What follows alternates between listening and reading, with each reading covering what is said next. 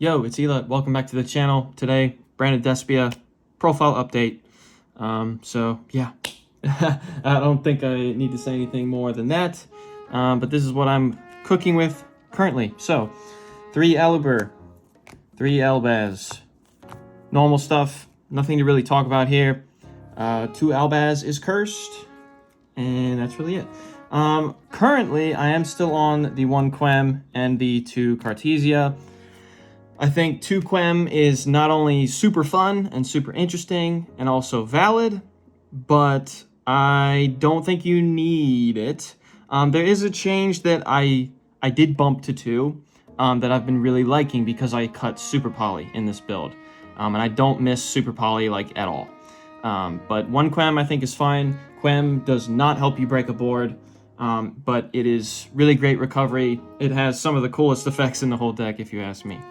And if you know my channel a little bit, you know I don't like to put a lot of fluff in my branded builds. And the perfect example of that is I'm still on 1 Shroudion. This card is so incredibly searchable, I don't want to open him like every game necessarily. Like, he's never bad to open. Maybe I phrased that poorly. He's never bad to open, but I never ever want to see more than 1 of him. I get to him every game anyways. It's completely fine. And the 1 Merc for similar reasons. And then when the feeling's gone and you can't go on, it's tragedy.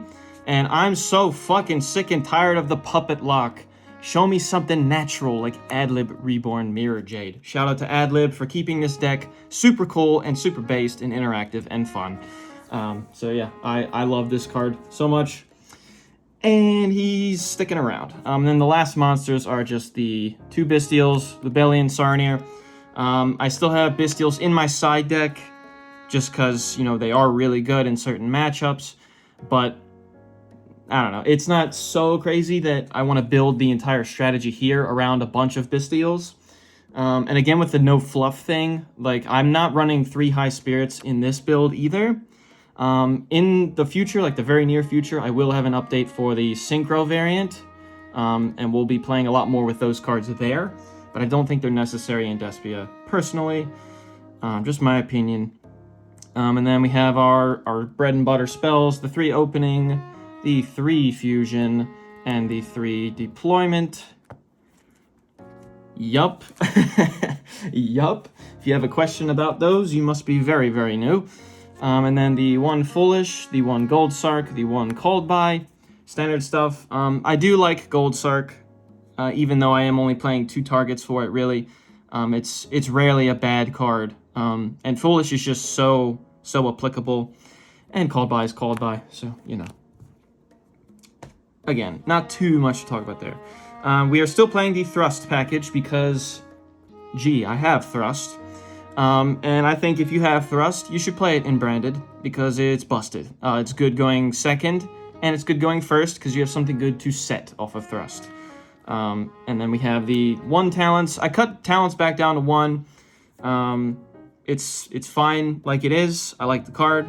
Searchable off Thrust when you want it. If you open it, it's also great. Whatever.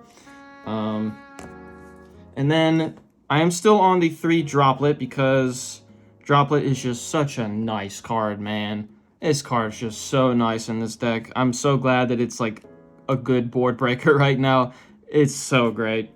And then the other piece of non-engine that I'm running here, for right now in the main deck, is 3 Book of Eclipse. In all honesty, I'm still sort of shopping around for something else to put in this slot. I've thought about like having a couple like really funny Thrust targets in place of some of these or something like that. But I can't sit here and say that Book of Eclipse feels bad, because I definitely don't think that. It can definitely leave a lot of room for your engine to work. It's definitely like some serious bait for things. They just have to kind of do something about it. And that's nice. That is super nice. If they don't know what you're playing yet, it can potentially bait an Ash Blossom, I guess.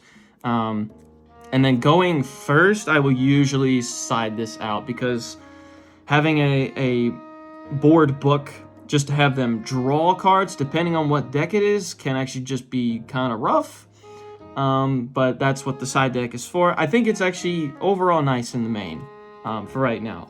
Like I said, I'm still low-key shopping around, but it's definitely not bad. I kind of like the card, honestly. I don't think Book of Moon is worth it right now, like, at all.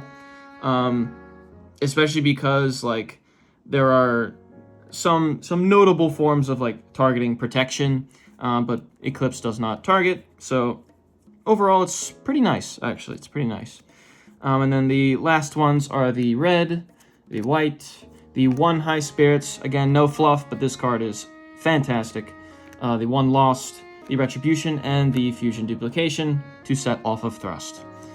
So that is the main deck. As I said before, I cut Super Poly, and you'll notice that in the extra deck as well. So for the extra, we have our 2 Albion, Essential, our 1 Lubellion, and our 2 Mirror Jade. Yep, standard stuff. Again, I say this every time I do one of these. You don't need to change those. Every once in a while, I'll think like, oh, sometimes it would be nice to not have just 1 Lubellion, but it's not so crazy that I feel like I need it. Sanctifier, not for the puppet lock, but just because he's sick and does really helpful things outside of that. The Rindbrum, Shotgun Albaz, and Titaniclad, because he's my boy. And then this is the 2 of, the newish 2 of that I finally did, and I definitely don't regret it, is the 2 Granguignol. I do also think that there's an argument for sure about playing 2 Quem when you're playing 2 Granguignol, but I also don't think that's necessary. I think that's a personal choice. I think it works both ways. 1 Granguignol could just be, like, before you even get to Quem, this could just be your anti-Nibiru card, and then you bring out Quem from that, your 1 Quem, and then if you have Cartesia later to make another Granguignol, that is for Quertus. So I actually think it's fine, but Granguignol is just such a nice card. It helps so much for follow-up and for disruption and all that sort of stuff. So great card. I love it at 2. Quertus is uncuttable in my opinion, and Masquerade is sick. I love locking games out with Masquerade, dude. You beat them down, you play the grind game, and then you put on Masquerade and say, all right, you got 2 effects, good luck. That is the best. That is actually the best. I love that guy. And then we are playing the Borlode Furious, the Dragos Tapelia, and the Guardian Chimera as our last 3. These 2 are typically branded in red, sort of creations. I don't have to explain those too much.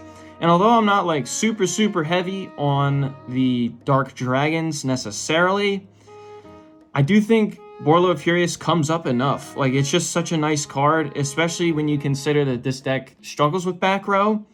And having something that can dedicate itself to popping back row when we don't care about popping our own monsters is super helpful.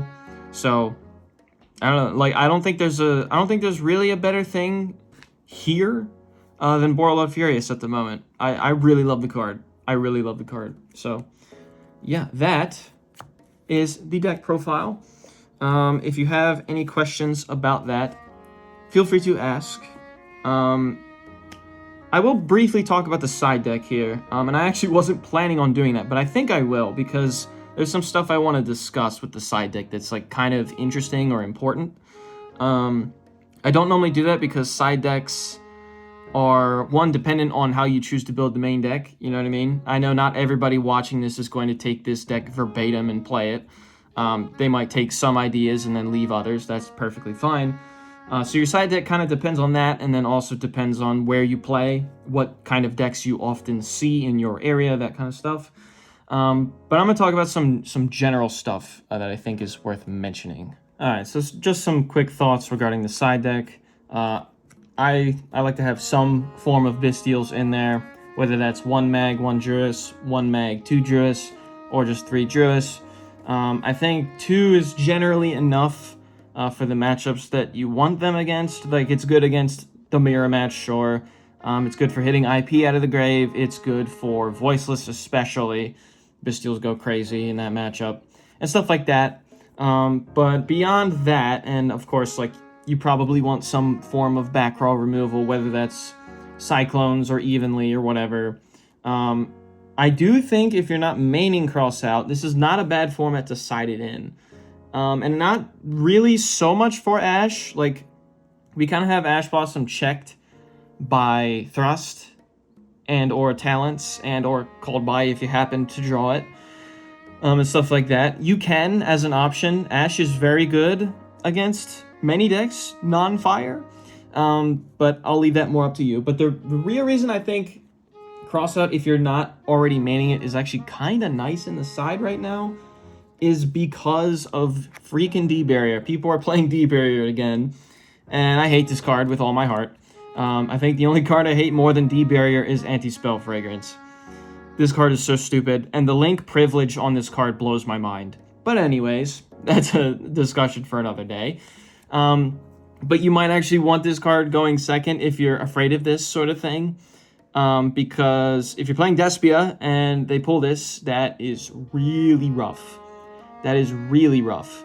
Because basically what you're betting on your opponent's turn from that point on is Cartesia and Branded in Red and stuff like that. Possibly Fusion Dupe, but you probably sided that out if you're going second, so kind of doubt that. This is also a thrust target, so you can use it to your advantage when the time comes. You can play 3, you can play it just as a searchable 1-of in your side deck, whatever. But I think Crossout's kind of important for this, not really so much for Ash. If you do decide to play Ash in your main or your side for whatever reason, then I think Crossout gets even better. But D-Barrier, especially for this build of the deck, is just... oh, so cringe. It's so cringe.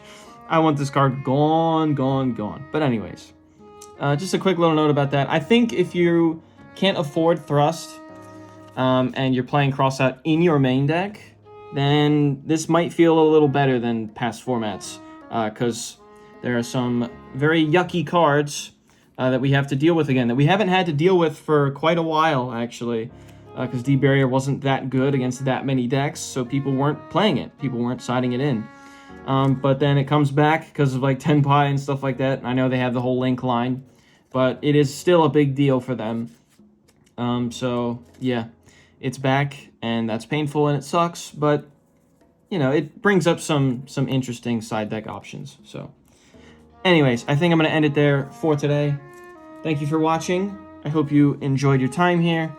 Let me know what your build of Branded is looking like today or tomorrow or next week or whatever. I hope you're having fun with the deck and with Yu-Gi-Oh! In general. Peace out and take care.